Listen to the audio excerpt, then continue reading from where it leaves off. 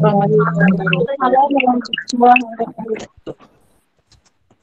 terhormat Bapak Dr.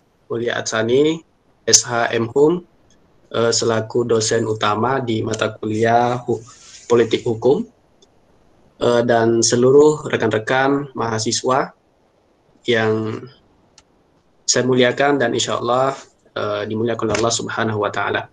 Alhamdulillah, bersyukur kepada Allah Subhanahu wa Ta'ala dengan mengucapkan Alhamdulillahirabbil alamin. Salawat dan salam sama-sama kita mengucapkan Allahumma sholli ala Muhammad wa ala ali Muhammad. Pada hari ini kita masuk pada pertemuan ke-15, adalah pertemuan terakhir, dan insya Allah nanti akan dikasih wejangan dari Bapak Ul pada pertemuan ini, dan beliau juga tidak lama-lama ya karena beliau banyak ada kegiatan lain. Dan pada pertemuan ini Pak Ul, kita membahas terkait dengan demokrasi menuju pembangunan hukum yang berwatak responsif sesuai di RPS di pertemuan ke-15. Mungkin Bapak bisa nanti istilahnya sedikit ini terkait dengan esensi politik hukum itu, Pak. Ya, mungkin waktu dan tempat saya persilakan Pak On. Baik, terima kasih banyak Pak Bustamin. Assalamualaikum warahmatullahi wabarakatuh. Waalaikumsalam warahmatullahi wabarakatuh. Waalaikumsalam warahmatullahi wabarakatuh. Pak Bustamin yang sama-sama kita hormati, seterusnya adik-adik mahasiswa, mahasiswi mata kuliah politik hukum, baik lokal A, lokal B, lokal C yang kami cintai ya. Alhamdulillah pagi ini kita bisa bertemu walaupun tidak secara langsung ya. Bertemunya di Google Meeting ini. Sebelum materi kita mulai ya, materi yang terakhir di perkuliahan pada hari ini kita mulai, ada beberapa hal yang ingin Pak sampaikan kepada kita semua ya. Pertama, tadi sudah disampaikan Pak Amin dan adik-adik juga sudah tahu di e-kampus, di jadwal dulu bahwa dalam mata kuliah politik hukum ini tercantum 2 orang dosen. Pertama Bapak sendiri, Pak Uli Atsani, kemudian yang kedua Pak Bustamin. Pada hari ini kita sudah memasuki pertemuan ke-15 ya, pertemuan ke-15, dan dari 2 dosen tadi ya, Bapak baru pada pertemuan ke-15 walaupun secara katakanlah proses perkuliahan itu terus Pak pantau ya, baik melalui konsultasi yang disampaikan oleh Pak Amin maupun di grup WA ya, ataupun di e-kampus ya Pak, coba pantau terus. Perlu Pak sampaikan kepada kita semua bahwa pada prinsipnya yang dosen dalam mata kuliah politik hukum ini adalah Pak Bustamin ya. Tetapi karena di dalam peraturan akademik kita ya ada ketentuan bahwa khususnya bagi dosen yang baru fungsional ya, baru fungsional secara administrasi ya, secara administrasi itu harus dikaderi ya oleh dosen senior ya. Di dalam konteks ini yang perlu Pak sampaikan kepada kita semua secara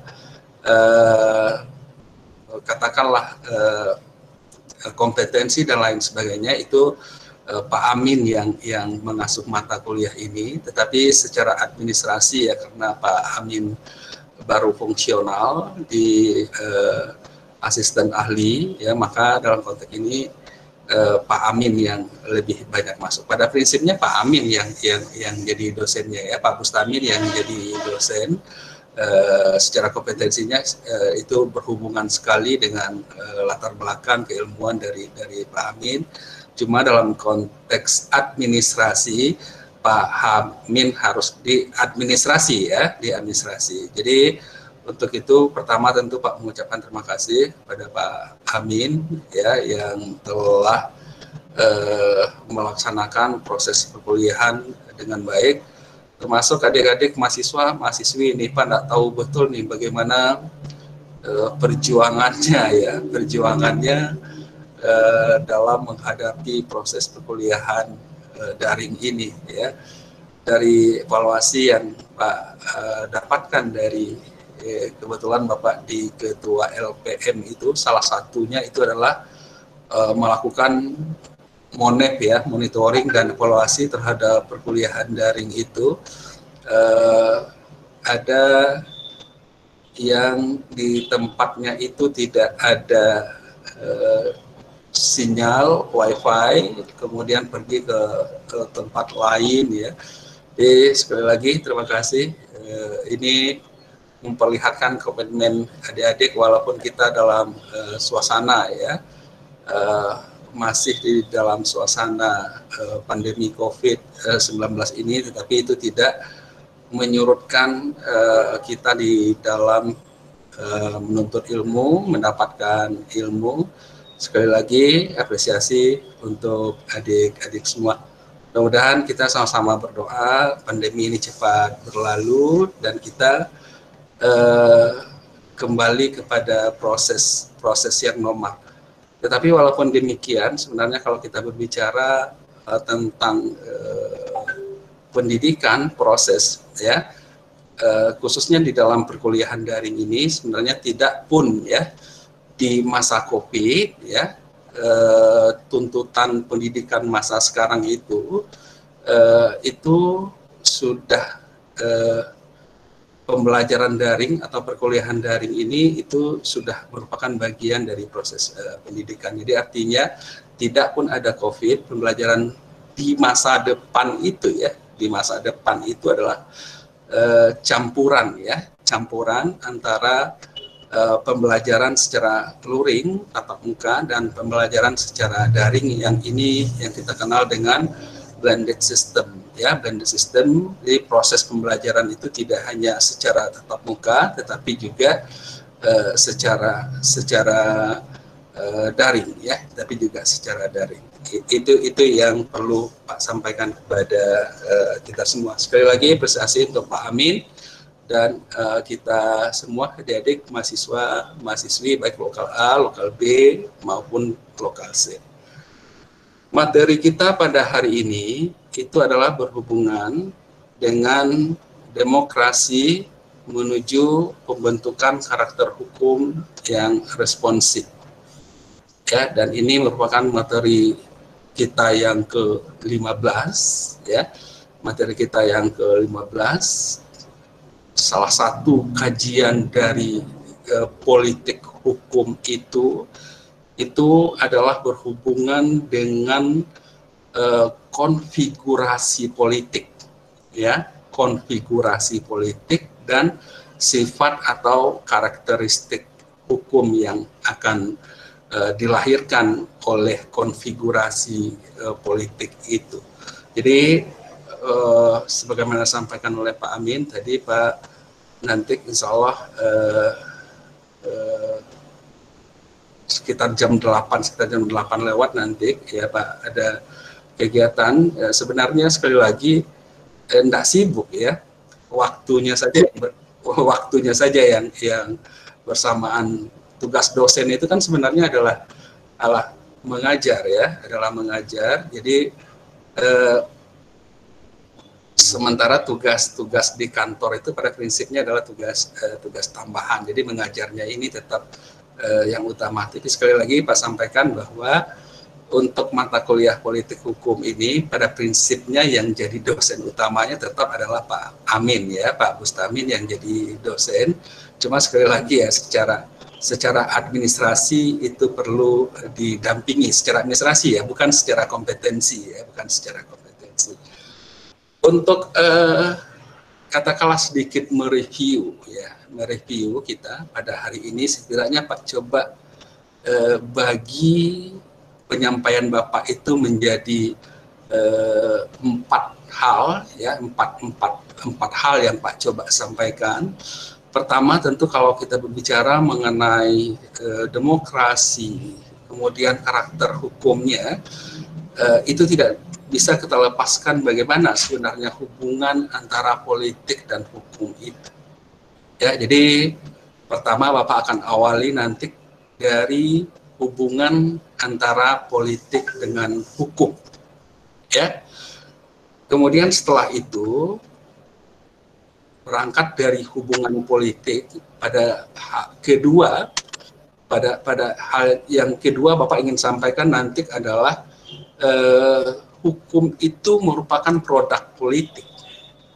Ya, hukum itu merupakan produk politik ya. Khususnya kalau kita berbicara perundang-undangan itu adalah produk politik. Walaupun dalam konteks ilmu hukum, sebenarnya hukum itu tidak identik dengan perundang-undangan. Ya, hukum itu tidak ada dua istilah di situ di dalam hukum itu. Ada hukum yang dibentuk, ya, ada hukum yang terbentuk. Ya, hukum yang dibentuk kan ada proses kesengajaan di situ, ada proses intervensi di situ, dibentuk. Ya, artinya dibentuk oleh kekuasaan, dalam hal ini tentu lembaga-lembaga negara yang berwenang untuk itu. Hukum yang dibentuk oleh lembaga yang berwenang untuk itu. Misalnya kalau undang-undang tentu dalam hal ini adalah Presiden bersama DPR. Gitu. Kemudian yang kedua ada istilahnya hukum yang terbentuk. Ya, beda tadi dengan ya. Kalau tadi itu kan dibentuk, ya. Ada sebenarnya di samping hukum yang dibentuk, ada hukum yang terbentuk, ya.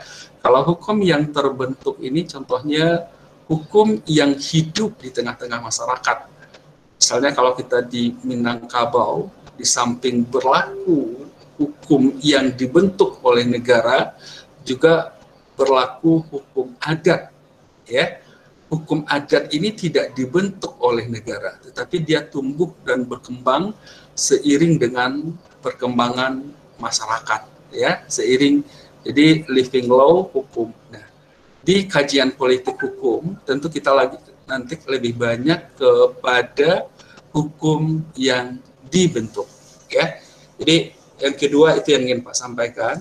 Kemudian yang ketiga nanti tentu masuk kepada materi kita, khususnya tentang konfigurasi politik.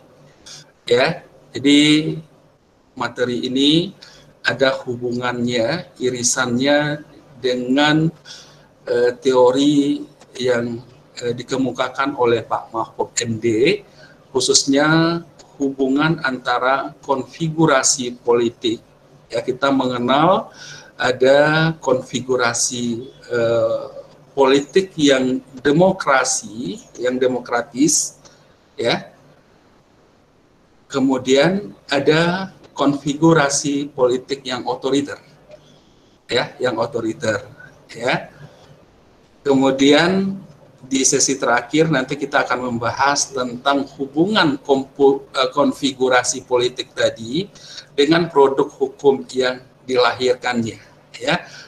Misalnya kalau konfigurasi politik yang demokratis itu akan mencerminkan, ya, akan melahirkan produk hukum yang responsif atau otonom, ya, yang responsif dan otonom. Kemudian produk konfigurasi politik yang otoriter, ya, itu cenderung melahirkan produk hukum yang bersifat konservatif atau ortodok. Nah, dan setidaknya 4 itu yang Pak coba kemukakan pada hari ini, dan insya Allah nanti kalau kita bisa berdiskusi, ya, khususnya kita hubungkan dengan kondisi yang terjadi di negara kita. Bapak rasa ini materi kita yang terakhir ini sangat tepat, ya, menggambarkan, ya, bagaimana kita menganalisa kejadian khususnya di dalam proses pembentukan yang terakhir yang sangat fenomenal itu adalah Undang-Undang Cipta Kerja, ya. Jadi ada juga yang menyebut ini Undang-Undang Omnibus Law, ya, Omnibus Law, ya. Jadi undang-undangnya sebenarnya adalah Undang-Undang Cipta Kerja, ya, tetapi metodenya lah yang sifatnya Omnibus Law itu, ya, Omnibus Law itu. Jadi intinya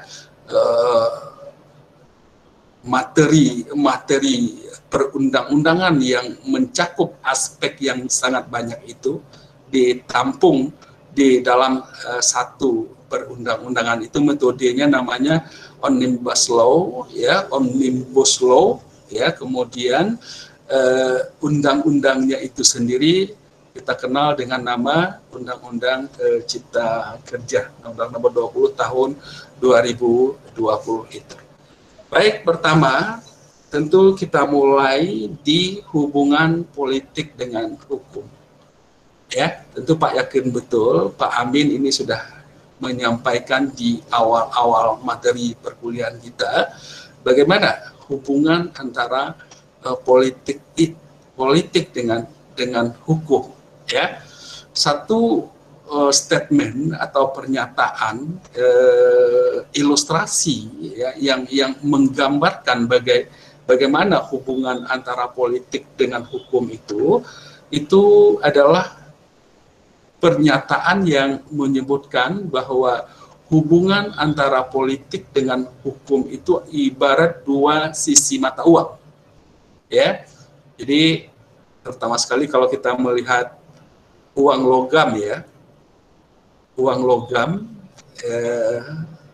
atau uang kertas, ya, secara ekonomi itu terserah, tetapi dua sisi mata uang artinya, ya, walaupun dapat dibedakan, ya, sisi mata uang, misalnya katakanlah uang logam, uang berapa yang ada sekarang Pak Amin? Uang 1.000, ya. Uang 1.000, ya, uang 1.000, ya. Katakan dua sisi mata uang itu, ya, walaupun dapat kita bedakan, ya, tetapi dia saling berhubungan satu sama lain, ya. Saking eratnya, coba kita bayangkan kalau uang logam itu, ya, atau uang kertas itu satu berwarna sebagaimana halnya mata uang, sementara di sisi lain polos, ya. Katakanlah tidak ada, ya, katakanlah tidak ada, itu mengakibatkan, ya, tentu kalau dalam konteks mata uangnya itu tidak berlaku, ya. Itu ilustrasi yang menggambarkan bagaimana hubungan antara politik dengan hukum itu. Artinya dua-duanya dapat dibedakan, ya. Hukum dan politik itu dua hal yang berbeda. Secara ilmu pun seperti itu.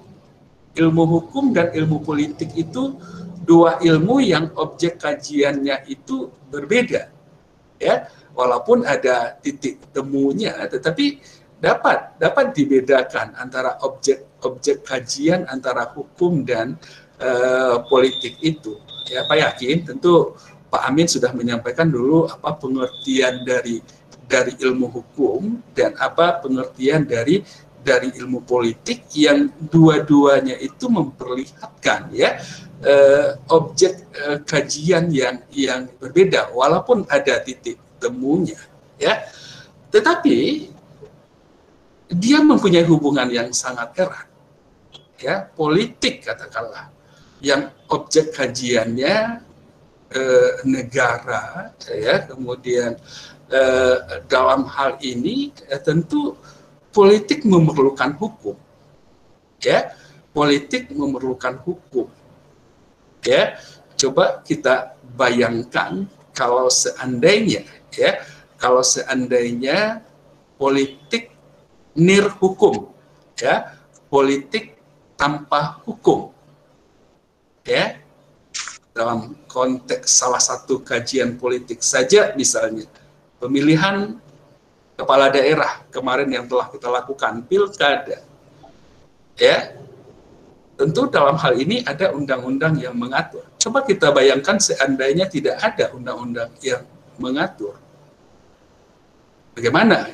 Ya, semua orang tentu dalam ilmu politik, dalam mencapai tujuan, ya, di dalam mencapai tujuan, kalau tanpa hukum, tentu akan terjadi ketidaktertiban di dalam pelaksanaan proses politik itu. Artinya proses politik itu memerlukan hukum. Sebaliknya, ya, hukum juga memerlukan politik. Ya, hukum juga memerlukan proses perpolitikan. Tadi Pak sudah singgung, ya, ada hukum yang dibentuk, ada hukum yang terbentuk. Ya, ada hukum yang terbentuk. Nah, tentu kalau kita berbicara dalam konteks keindonesiaan, dua-duanya kita temui, ya, ada hukum yang dibentuk, ada hukum yang terbentuk. Tetapi dalam konteks negara modern saat sekarang ini, ya, tentu salah satu tujuan hukum itu adalah memberikan kepastian hukum. Katakanlah walaupun ada hukum yang terbentuk, tetapi untuk kepastian hukum tetap diperlukan proses politik. Katakanlah umpamanya kita di Sumatera Barat, dalam aspek pertanahan yang berlaku itu adalah hukum adat. Ya. Tetapi persoalannya sekarang hukum adat yang mana? Kalau di Indonesia, kalau kita belajar hukum adat itu banyak, ya. Van Vollenhoven itu pernah di dalam bukunya itu membagi Indonesia ini ke dalam 19 wilayah hukum adat. Ya, itu Van Vollenhoven.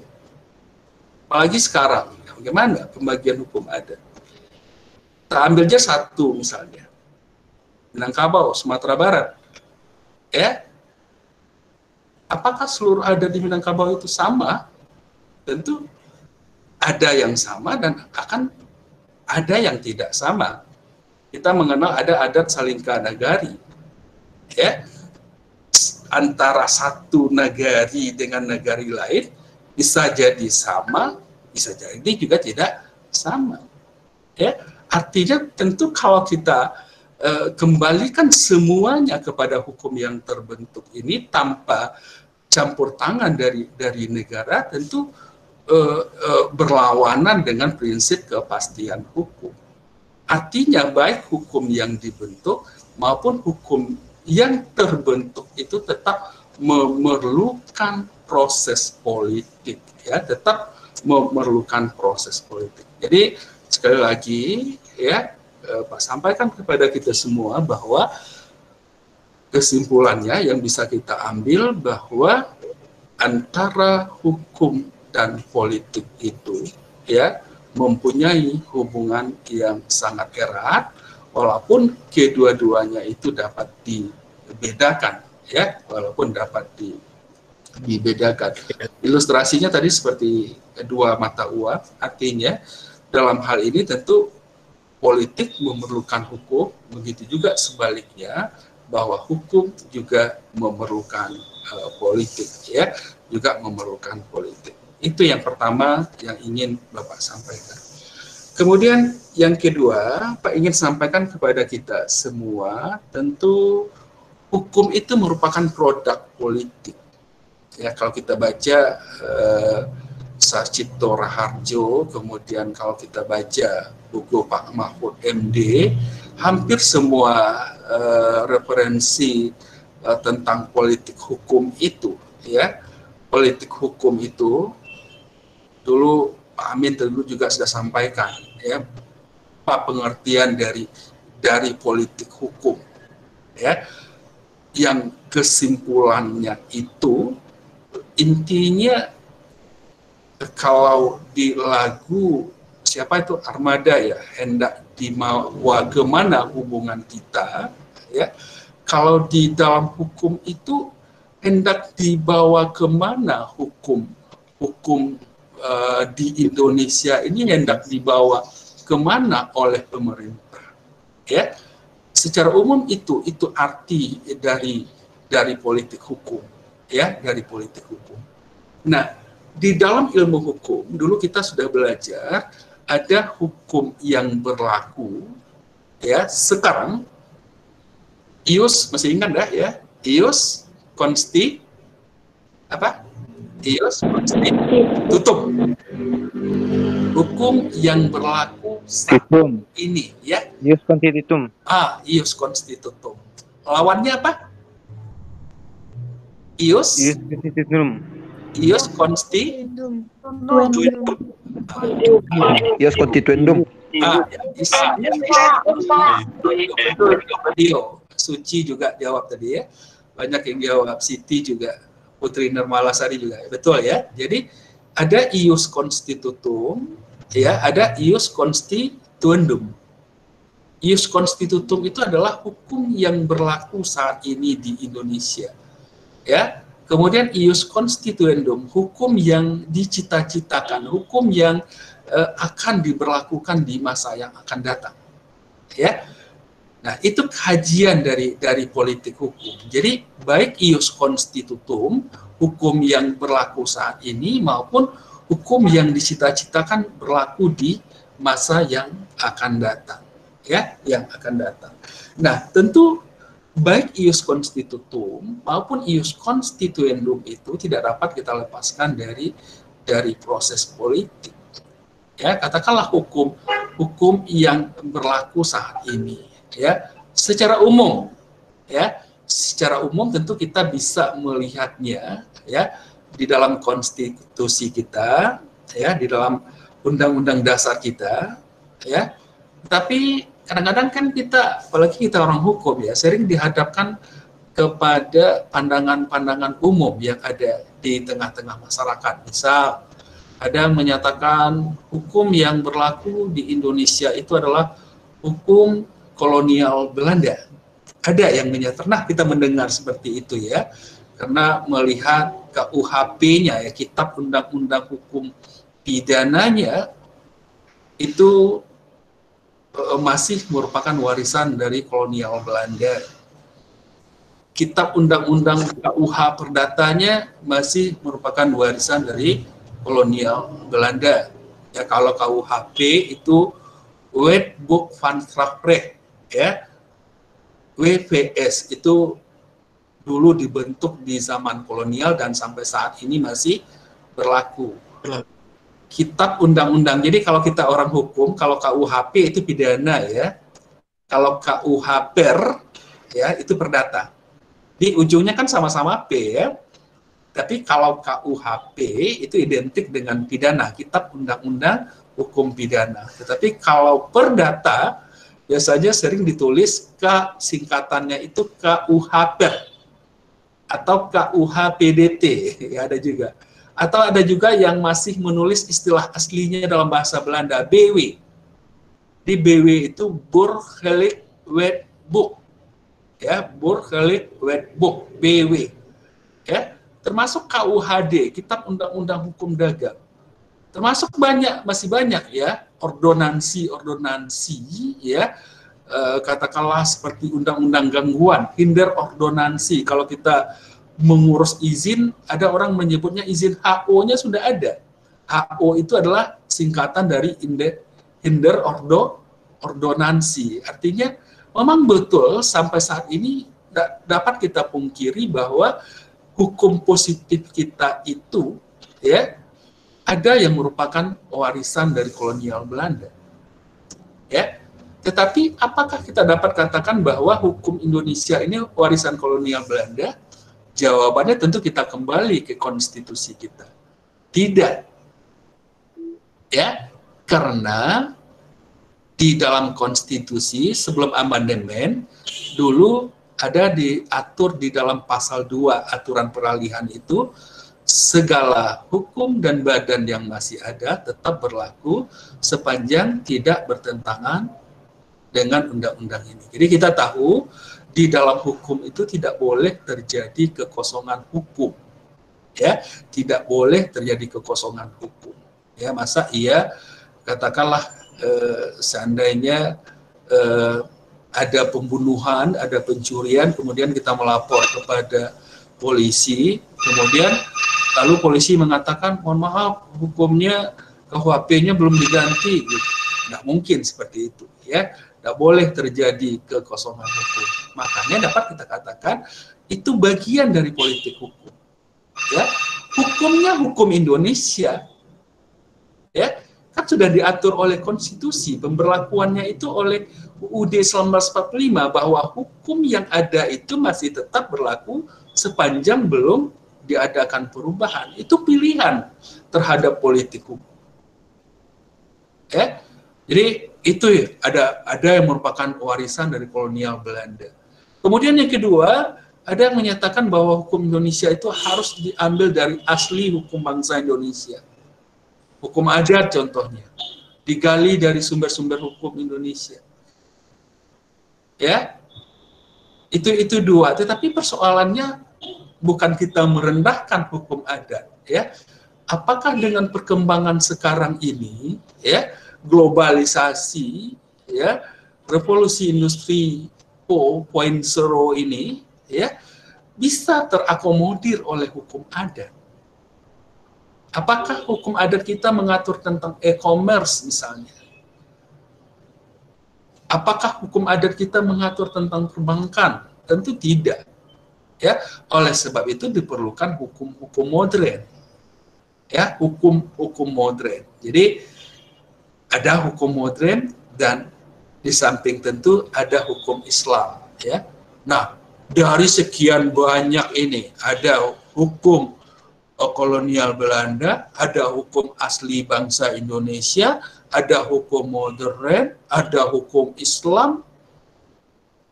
Di samping itu kita dengan konsep Bhinneka Tunggal Ika-nya di samping Islam ada juga hukum di luar agama Islam.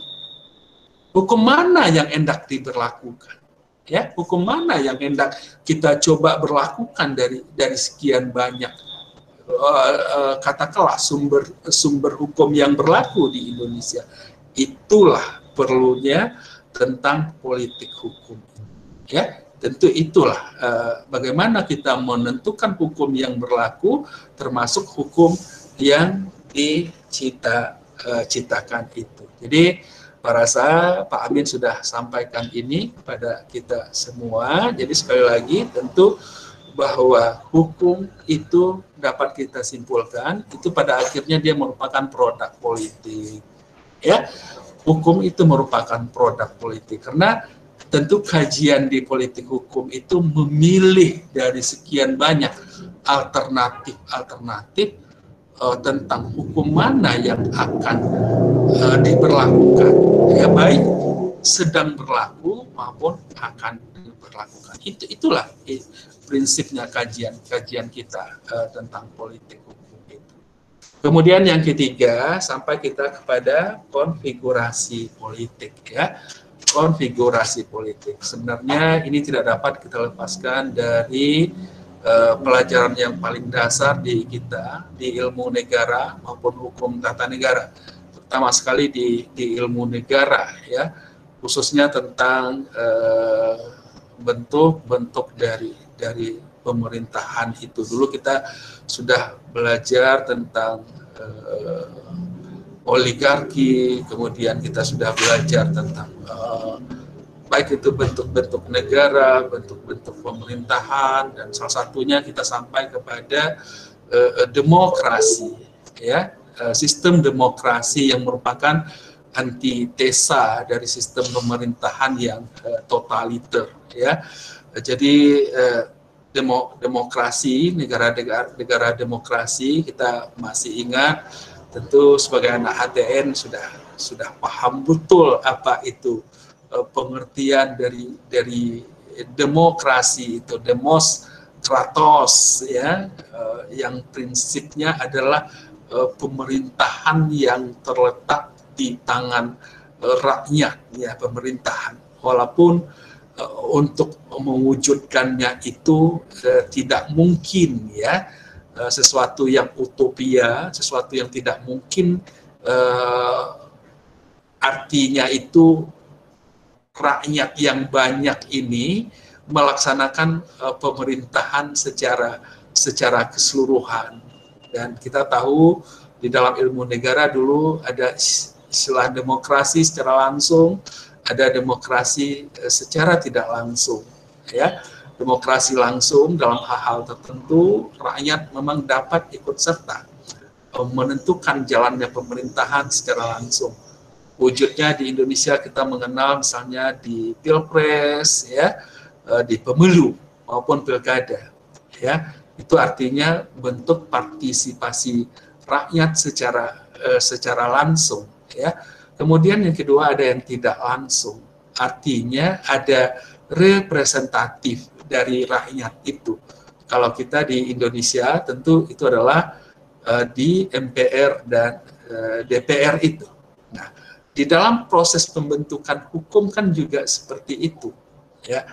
Artinya dulu tentu ini ada hubungannya juga dengan istilahnya sosial kontrak, ya, kontrak sosial, ya. Kita serahkan ya mandat kita itu ke pemerintah, ya. Kita serahkan mandat kita itu yang pada prinsipnya kita yang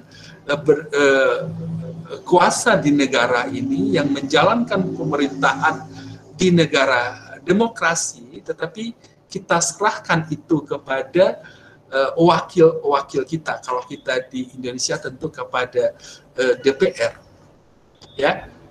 Katakanlah ke proses pembentukan hukum, ya, ke proses pembentukan hukum, ya. Katakanlah pembentukan sebuah undang-undang. Nah, pembentukan sebuah undang-undang tadi, ya. Nah, bagaimana proses pembentukan sebuah? Apakah tentu konsekuensinya kalau kita berbicara mengenai demokrasi, ya, kalau kita berbicara mengenai demokrasi, di dalam proses pembentukan undang-undang, walaupun pada prinsipnya kita sudah menyerahkan mandat kita itu ke lembaga perwakilan, tetapi prinsipnya tentu mandatoris yang telah kita tunjuk ini tentu memang betul-betul mencerminkan, ya, mencerminkan kehendak kita rakyat secara keseluruhan, ya. Tentu di dalam hubungannya, ya, di dalam sebuah proses pembentukan hukum, proses pembentukan perundang-undangan, tentu dalam konteks ini adalah lembaga-lembaga yang telah kita serahkan diberi mandat tadi, tentu memang dia harus bisa menampung aspirasi kita untuk kemudian itu yang disalurkan kepada proses pembentukan undang-undang, ya. Nah, dalam konteks inilah kita kemudian mengenal ada namanya tadi yang sebagai nama Pak sudah singgung tadi, konfigurasi politik tadi, ya, konfigurasi politik tadi, ya. Jadi ada dua pada prinsipnya, konfigurasi politik yang demokratis, ya, kemudian konfigurasi politik yang otoriter, ya. Nanti bisa baca buku Pak Mahfud MD, ya, bagaimana prinsipnya tentang konfigurasi politik ini, ya, konfigurasi politik ini. Kalau kita lihat materi-materinya ini banyak ini, ya. Jadi apa sih konfigurasi politik yang demokratis itu, ya? Nanti bisa kita lihat dari indikator-indikator yang disampaikan termasuk oleh Pak Mahfud MD sendiri, bisa kita lihat di situ prinsipnya, ya, kesimpulannya secara garis besar, konfigurasi politik yang demokratis itu adalah konfigurasi yang membuka peluang bagi berperannya, ya, potensi rakyat secara maksimal untuk turut aktif menentukan kebijakan negara, ya. Jadi di dalam ini pemerintah, ya, di dalam konfigurasi politik yang demokratis tadi, pemerintah itu lebih sebagai sebuah komite, ya. Kalau kita di Minang lebih kepada polongaso, ya, polongaso, komite yang prinsipnya harus melaksanakan kehendak-kehendak masyarakatnya yang dirumuskan secara demokratis, ya. Jadi dalam hal ini apakah itu badan perwakilan rakyat, parpol, dia harus berfungsi secara proporsional dan lebih menentukan kebijakan negara. Samping itu, ya, tentu salah satu prinsip juga ciri-ciri nanti ada hubungannya dengan kebebasan pers, ya, pers yang bebas dan bertanggung jawab. Jadi nanti bisa kita lihat indikator-indikator, ya, peran serta rakyat, peran serta pemerintah, kontrol partai politik, kemudian di peran serta pers yang memperlihatkan adanya partisipasi di situ. Itu yang kita kenal dengan konfigurasi politik yang demokratis itu. Kemudian yang kedua, konfigurasi politik yang otoriter. Ya, tentu lawan dari konfigurasi politik yang tadi demokratis tadi, ya. Dalam hal ini tentu menempatkan pemerintah itu pada posisi yang sangat dominan, ya, yang sangat dominan, yang intervensi, ya, termasuk terhadap proses pembentukan undang-undang, ya. Sementara parpolnya tidak berfungsi, persnya tidak berfungsi, kontrolnya tidak berfungsi, dan sebagainya. Kita bisa nilai kita sedang berada di mana. Apakah kita pada konfigurasi politik yang demokratis atau berada di konfigurasi politik yang otoriter?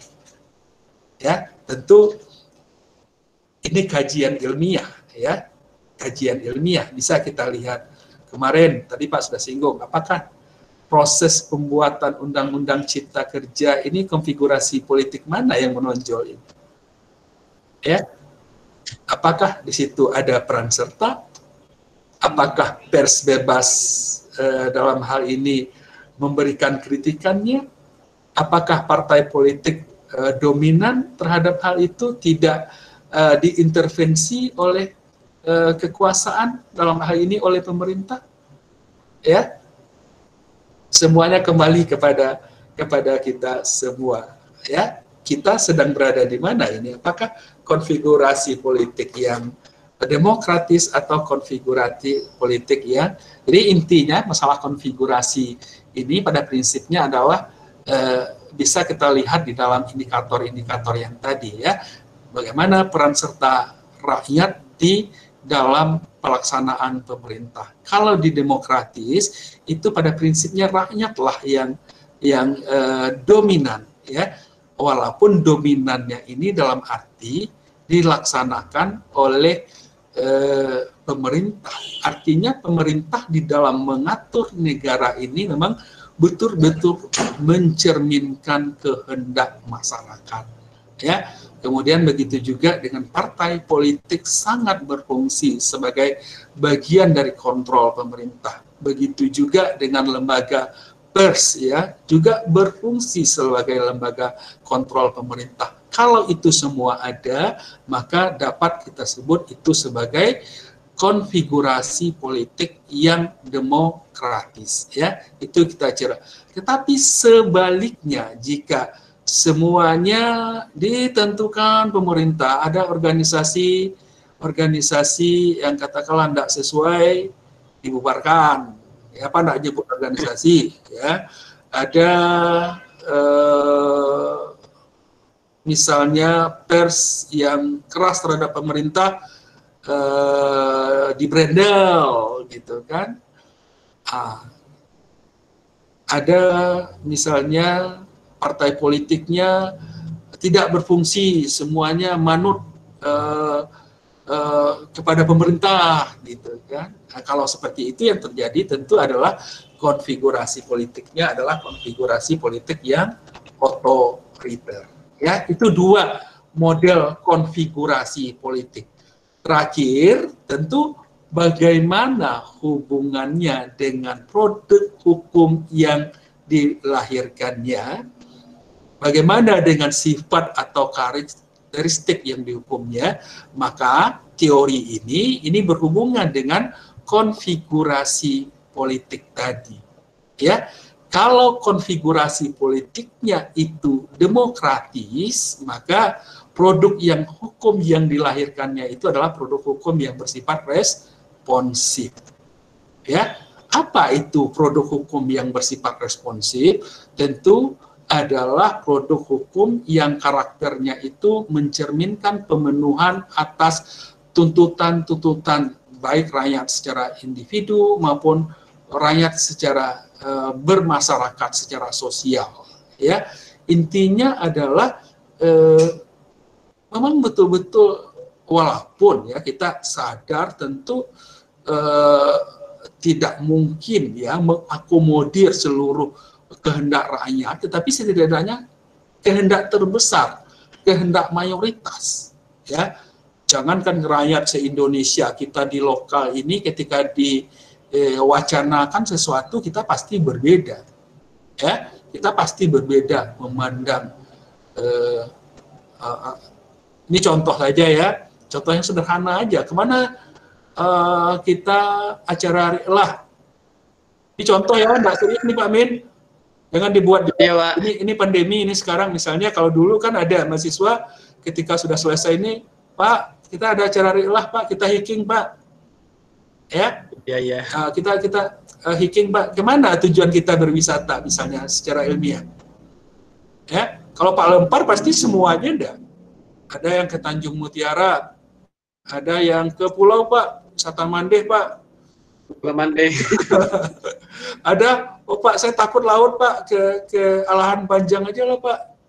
Ada ke gunung, ada pantai. Ya. Itu artinya satu saja. Begitu juga dengan rakyat, kan tidak mungkin secara keseluruhannya itu sama, ya.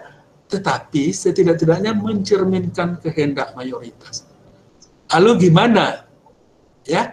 Gimana mencerminkan? Di mana itu tercerminkan?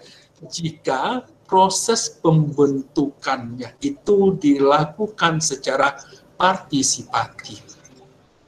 Tidak selesai. Begitu ada dibuat undang-undang, tidak selesai saja prosesnya itu di DPR bersama pemerintah saja. Tetapi memang ada suatu mekanisme penjaringan pendapat publik dulu, ya, suara rakyat itulah yang akhirnya dibawa. Nah, ini kalau ada produk hukum seperti ini, inilah yang kita kenal dengan nama produk hukum yang responsif. Ya, produk hukum yang responsif yang itu lahir dari konfigurasi politik yang demokratis. Ya, sebaliknya ya katakanlah tadi ada produk hukum yang itu tidak mencerminkan kehendak sebagian besar rakyat, ya, yang ciri-cirinya itu di dalam proses pembentukannya tidak ada partisipatif. Ya, kalau kita di kampus bisa juga ini ya, mahasiswa tinggal manut saja sami'na wa ata'na aja. Ya, ini perintah ya.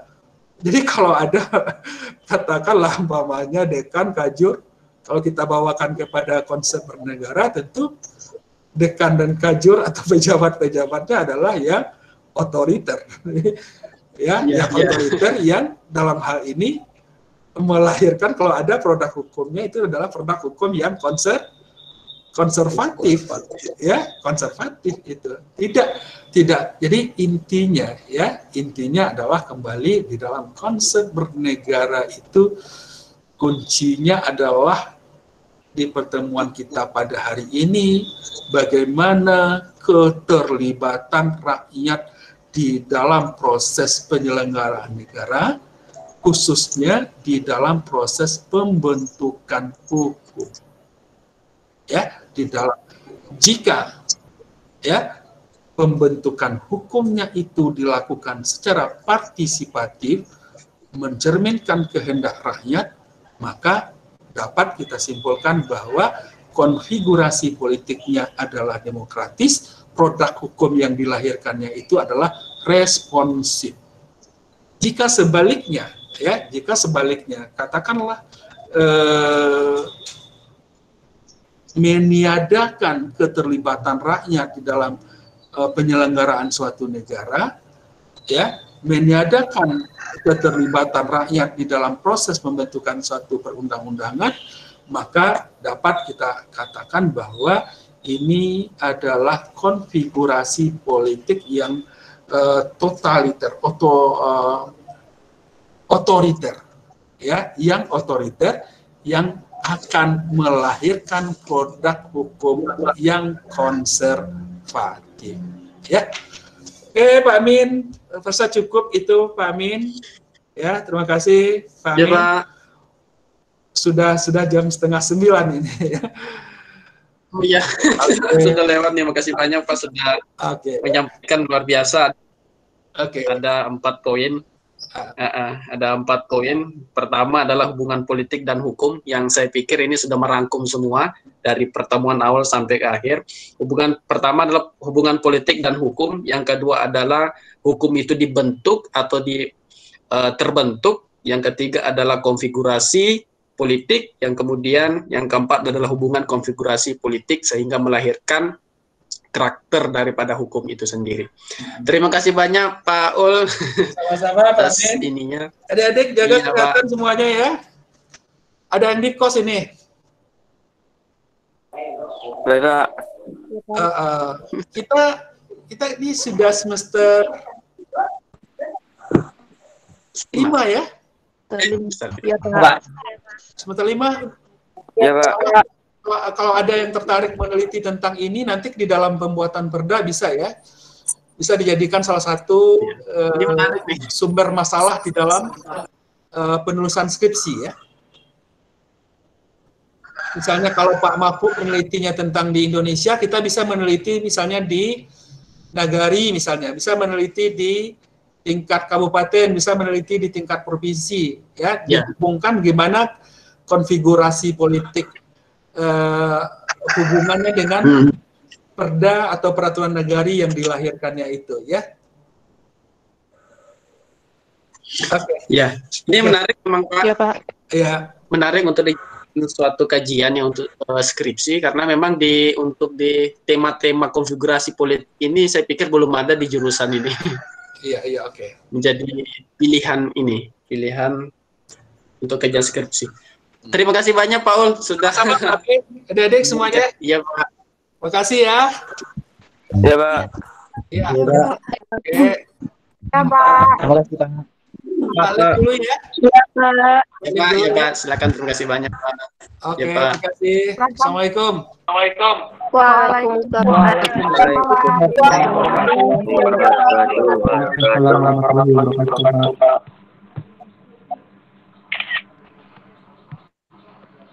Oke.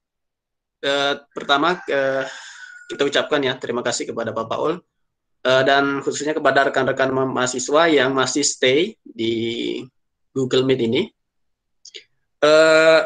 Tadi dicatat ya apa yang disampaikan oleh Paul terkait dengan 4 poin. Ini sebenarnya merangkum dari apa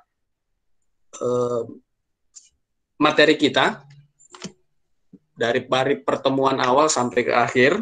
Yang pertama adalah kita memang sudah membahas juga bagaimana hubungan politik dan hukum. Kemudian hukum dibentuk atau terbentuk, konfigurasi politik, dan hubungan konfigurasi politik itu sehingga melahirkan karakter hukum itu sendiri. Mungkin ada yang ini mau ditanyakan, karena minggu depan insya Allah tanggal berapa besok itu? Tanggal 13 ya. Tanggal 13 kita ujian ya, UAS ya. Tanggal 13. Jadi hari ini adalah pertemuan terakhir untuk mata kuliah politik hukum.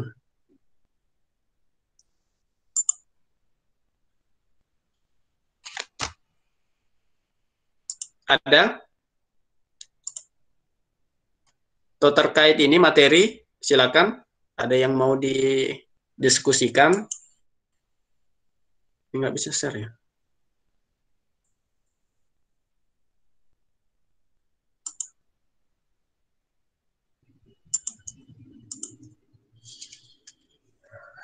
Ada rekan-rekan?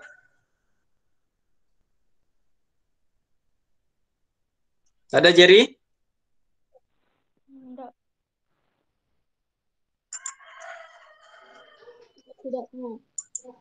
Dah. Intinya nanti silakan ini ya, terkait konfigurasi politik itu sudah jelas tadi bahwa memang pada prinsipnya adalah yang sering kita bahas juga bahwa konfigurasi politik lihat dulu nanti ada demokratis dan ada otoriter. Kemudian demokratis akan melahirkan hukum yang responsif. Kemudian selanjutnya konfigurasi politik yang otoriter, maka dia melahirkan hukum yang ortodok. Maka nanti lihat prakteknya. Apakah nanti misalnya Anda saudara bisa melihat dari lembaga kemahasiswaan sendiri misalnya.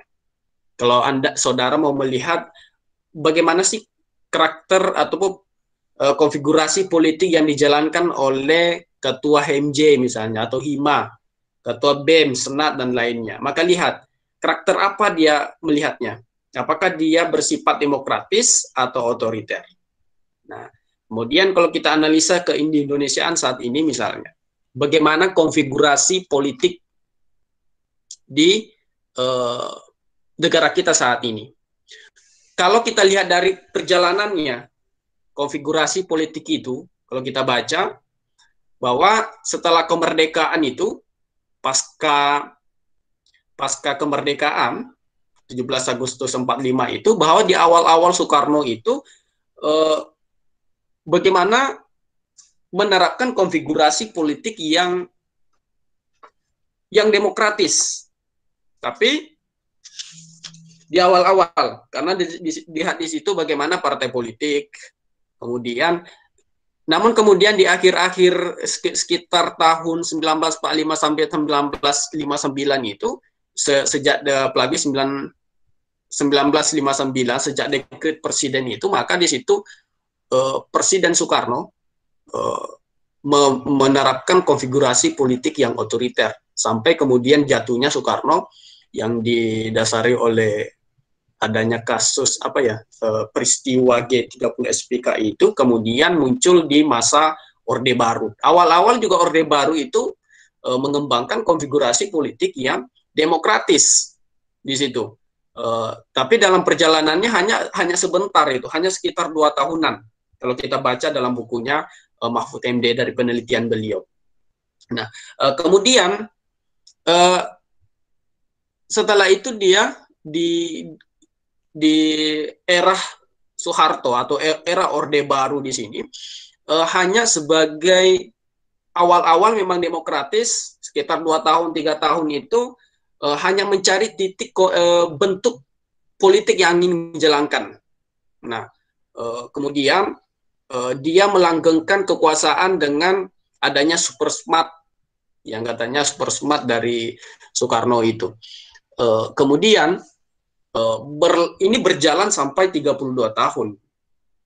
Dia setelah runtuhnya demokrasi saat ini,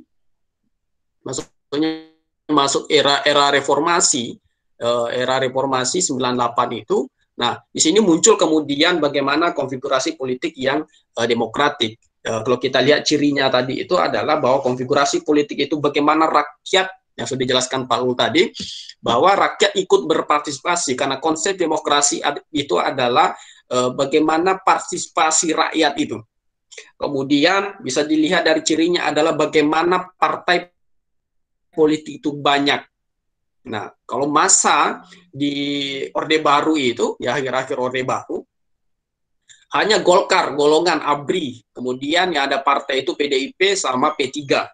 Nah, tapi setelah muncul era reformasi, bagaimana kemudian menerapkan konfigurasi politik demokratik. Nah, pertanyaan sekarang kita lihat perjalanannya dari B.J. Habibie, Gus Dur, Megawati, SBY, sampai saat ini adalah Jokowi. Nah, kita bicara secara akademis. Bagaimana kemudian kita bandingkan saja era SBY dengan era Jokowi saat ini. Bagaimana? Apakah dia menerapkan konsep atau konfigurasi politik demokratik atau konfigurasi politik yang otoriter? Kita bisa lihat dari indikator yang dikatakan oleh Mahfud MD. Ya, bahwa konfigurasi politik yang demokratik, parpol di situ kuat, partai politik banyak, partisipasi masyarakat bagaimana, lembaga legislatif itu netral, bukan dia kuat, Kalau sekarang kita lihat bagaimana saudara bisa menganalisis itu. Nah, itu ya.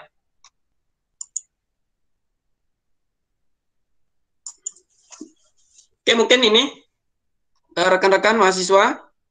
Halo? Ya, Pak. Halo, Pak. Ya, Pak. Oke. Ya, Hari ini aja. Jadi nanti saya tahu nih saudara semuanya sudah melihat paket nih. Saya udah habis paket nih berapa giga ini kan? Iya, Pak. Nah, sudah melihat saya udah habis berapa giga ini? Kalau tidak ada yang mau ditanyakan, kita nanti jumpa di pertemuan UAS ya. Tapi kalau masih ada yang mau didiskusikan, silakan. Dan ini memang yang terakhir tadi disampaikan Paul, bahwa bisa menjadi sebagai pilihan untuk saudara mempersiapkan skripsi. Misalnya saudara bisa lihat apa misalnya di Nagari terkait dengan Perda Nagari. Perda Nagari. Ya, Pernak ya, Pernak, peraturan Nagari. Kalau misalnya di kabupaten, level kabupaten apa misalnya ada peraturan daerah, bisa saudara lihat bagaimana prosesnya, apakah dia menerapkan produk hukum itu dari demokratik atau otoriter, sehingga melahirkan yang responsif dan ortodok itu. Saudara bisa melakukan penelitian terkait itu. Ini hal yang menarik. Oke? Education? No. Teknisnya, Pak. No. Terima kasih, Pak. Baik, Pak. Oke, silakan dimasuk di ini ya, di e-kampus absen ya. Bilang hadir Pak gitu ya. Saya udah rekam juga ini, nanti lihat ininya, lihat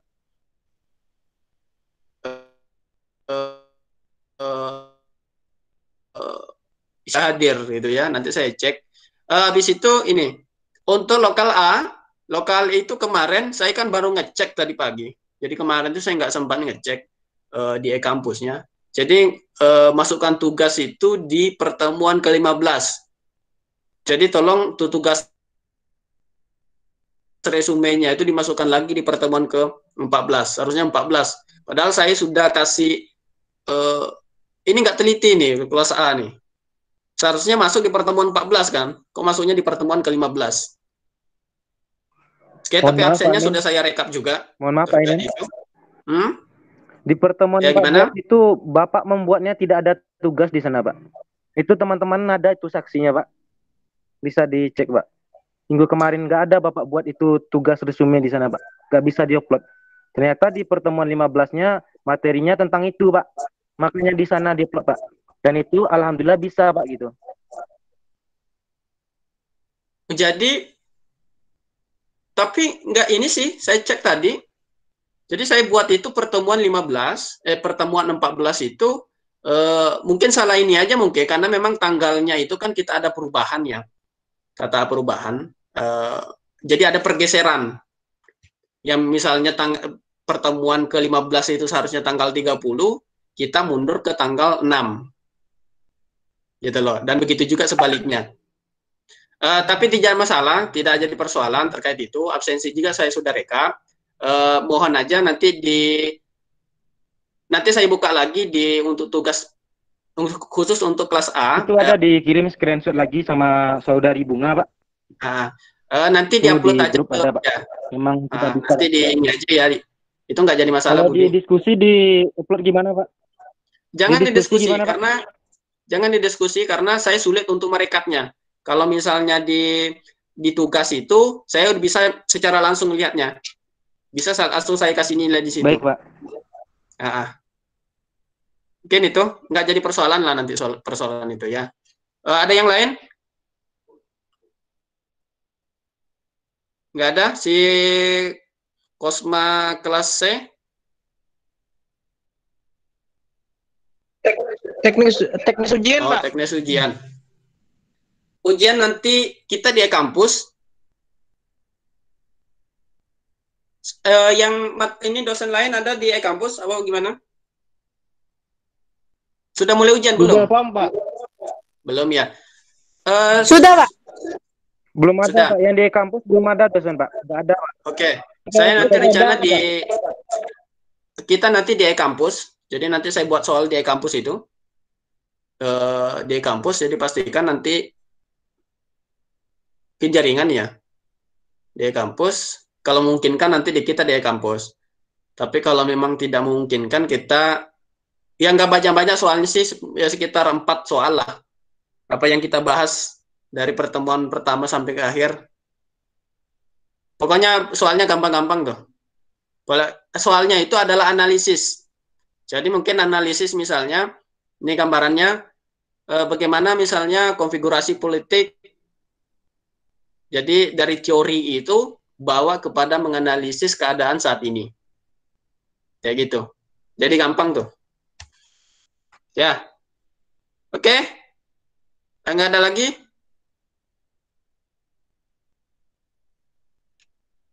Ada? Jadi? Tidak, Pak. Oh, tidak. Ada ya? Oke, kalau memang tidak ada, kita cukupkan. Untuk ini, bisa nggak besok? Besok kan masih ada kita pertemuan ini ya, untuk hukum administrasi negara. Hukum administrasi Ada, negara Pak. itu, kalau kita pakai Google Meet aja besok, yang nggak lama-lama lah. Kalau ini kan hari ini kan lama nih, 1 jamnya. Kalau besok kita nggak usah lama-lama. Tapi kita gabung ke 3 kelas. Karena minggu kemarin saya juga Senin kelas A, itu saya nggak masuk juga. Gimana? Bapak, Pak. Nggak apa-apa. Besok pagi. Ya, Bapak, Pak. Gabung aja, Pak. Bisa nggak? Oke, Pak. Jamnya jam berapa? Bisa. Bisa, Pak. Jamnya, Pak. Bapak. Bisa? Bisa ya? Sapa. Setengah Bisa, 8? Pak. Oke. Besok, Pak. Oke, terima kasih. Oh ya, besok. Besok lokal A kuliah, Pak. Lokal A kuliah. Oke. Kan Berarti Kamis kan, Pak? Kamis lokal besok kan, Pak? Iya. Kuliah. Iya, Pak. Dari jam 7.15, Pak. Sama Pak Zai itu 2 mata kuliah itu berleretan, Pak. Oh, berarti kelas ini aja lah, kelas B sama C aja besok ya. Siap, Pak. Oke, siap. Baik, Pak. Siap, Oke. Pak. Baik. Oke, nanti kelas A nanti nyusul aja. Ada waktu ini kan. Oke, terima kasih rekan-rekan mahasiswa. Semoga semester besok depan ya, semester besok ini sudah kuliah ini ya, kuliah luring ya, secara tatap muka. Mudah-mudahan, karena kayak kangen juga sih di kelas kan. Oke, terima kasih atas attention-nya. Rekan-rekan mahasiswa, saya sebagai dosen, mohon maaf atas segala kekurangan dan kehilafan.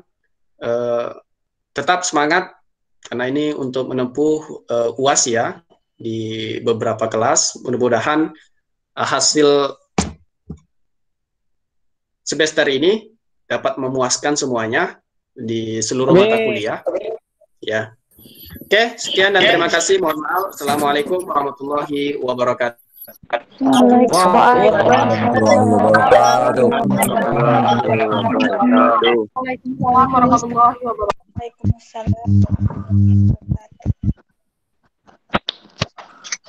Waalaikumsalam warahmatullahi wabarakatuh. Waalaikumsalam warahmatullahi wabarakatuh.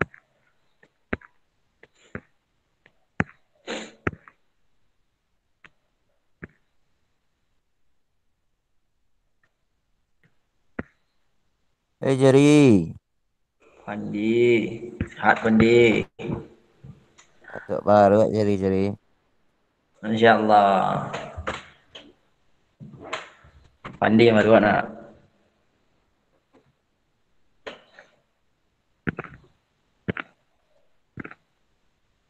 Arkian. Apa, Jar? Keluar yuk. Yuk, keluar yuk. Assalamualaikum. Waalaikumsalam.